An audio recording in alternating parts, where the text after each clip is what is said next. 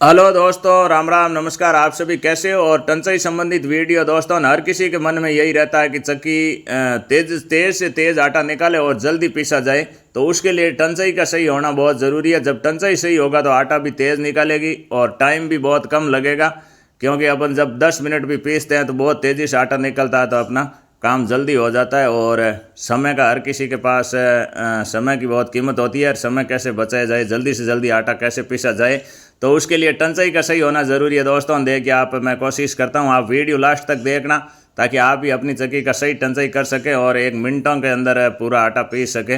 नहीं तो क्या है कि बहुत ज़्यादा टाइम लगता है आटा पीसने में। और टंचाई जब सही होता है तो आटा भी बहुत तेज़ी से निकालता है और जल्दी भी पीसा जाता है, समय का भी बचाव होता है।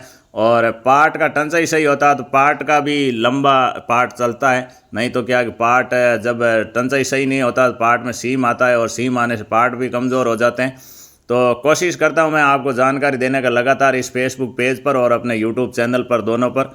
तो पेज पर देख रहे हो तो आप पेज को फॉलो कीजिएगा, ताकि आपको आटा चक्की रिपेयरिंग की जानकारी मिलती रहेगी। और यूट्यूब चैनल पर देख रहे हो तो चैनल को सब्सक्राइब कीजिएगा और बेल आइकन घंटी को भी दबाइएगा, ताकि आपको नोटिफिकेशन मिलता रहे। जब भी जानकारी अपलोड करूँगा तब भी आपको जल्दी जानकारी हो। और आप इस तरह देखिए, खाली का साइज बाहर से चौड़ाई कम होना, अंदर से इस तरह टेपर भी होना चाहिए। टेपर होगा तो क्या है कि अनाज के दाने भी साथ नहीं आएंगे और बहुत जल्दी से जल्दी आटा निकलेगा और तेज़ चलेगी। और टंचाई सही होगा तो मोटर पर भी लोड नहीं पड़ेगा।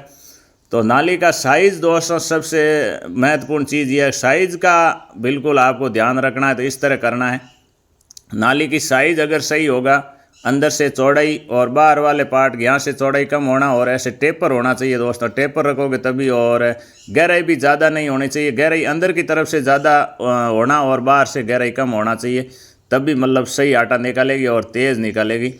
क्योंकि टंचाई सही होता है तो दोस्तों ये मिनटों के अंदर कितना भी आटा निकाल सकती है चक्की, लेकिन टंचाई का सही होना बहुत ज़रूरी है। इसी में लगातार आपको कोशिश करता ही हूँ।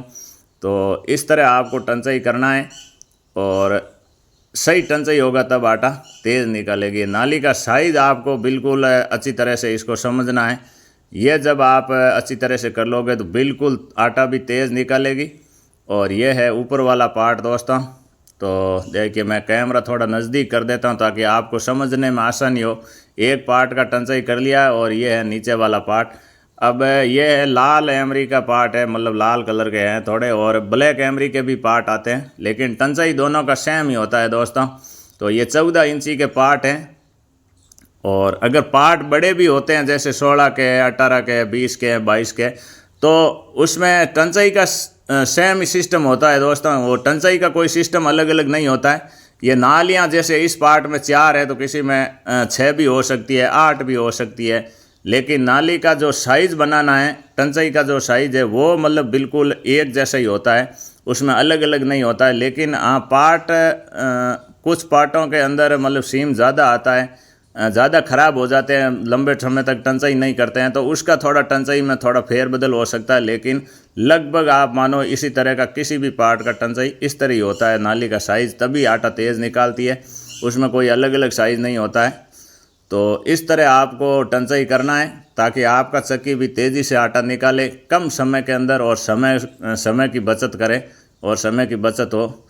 तो आप इस तरह टंचाई करना है, टेप पर रखना है ऊपर से, और अंदर खाली का गहराई भी ज़्यादा रखना है। और बाहर की साइड से, एक साइड से आपको ध्यान रखना है, पार्ट के बाहर वाले हिस्से से नाली का गहराई यहाँ से देखिए, यहाँ बहुत महत्वपूर्ण है, ध्यान रखना है। गहराई कम होना चाहिए, अंदर गहराई ज़्यादा होगा तो चलेगा। और गहरा भी रखना है, ढलान अंदर की तरफ रखना है। ऐसे बाहर से मतलब नाली का गहराई कम होना चाहिए, अंदर ढलान होना चाहिए और टेपर होना चाहिए, ये ध्यान रखना है। और नाली का बाहर के हिस्से से चौड़ाई भी कम रखना है, नहीं तो क्या है कि अनाज के दाने ज़्यादा आने चालू हो जाएंगे।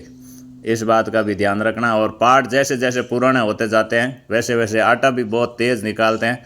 तो सही तरीके से जब टंचाई होती है, पार्ट ज़्यादा पुराना होता है तो आटा भी तेज़ निकलता है। टंचाई सही होता है तो और भी भाई बहुत ज़्यादा तेज़ आटा निकालती है चक्की। और जब चक्की ज़्यादा तेज़ आटा निकालती है तो बहुत खुशी भी होती है, और वो होता है टंचाई सही होने से। टंचाई जब तक सही नहीं होगा तब तक आटा सही नहीं निकालेगी। ऐसे रखना है टेप पर, यहाँ से चौड़ाई कम होना, अंदर गहराई होना नाली का, दोनों पार्टों की बढ़िया फर्स्ट क्लास टंचाई कर लेते हैं। और आप भी इस तरह चक्की को तैयार कर सकते हो, रिपेयर कर सकते हो, ताकि आपका भी चक्की तेज़ आटा निकाले और समय का बचाव करे और मोटर पर भी लोड नहीं आए।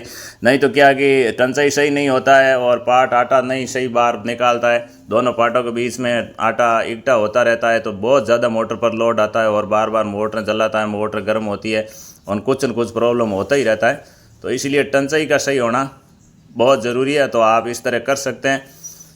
लगातार मैं आपको फील्ड काम के साथ साथ सभी भाई दोस्तों को जानकारी देने का कोशिश कर रहा हूं, इसलिए आप वीडियो को शेयर करना ज़्यादा से ज़्यादा और भाई को एक प्यारा सा कमेंट भी करना।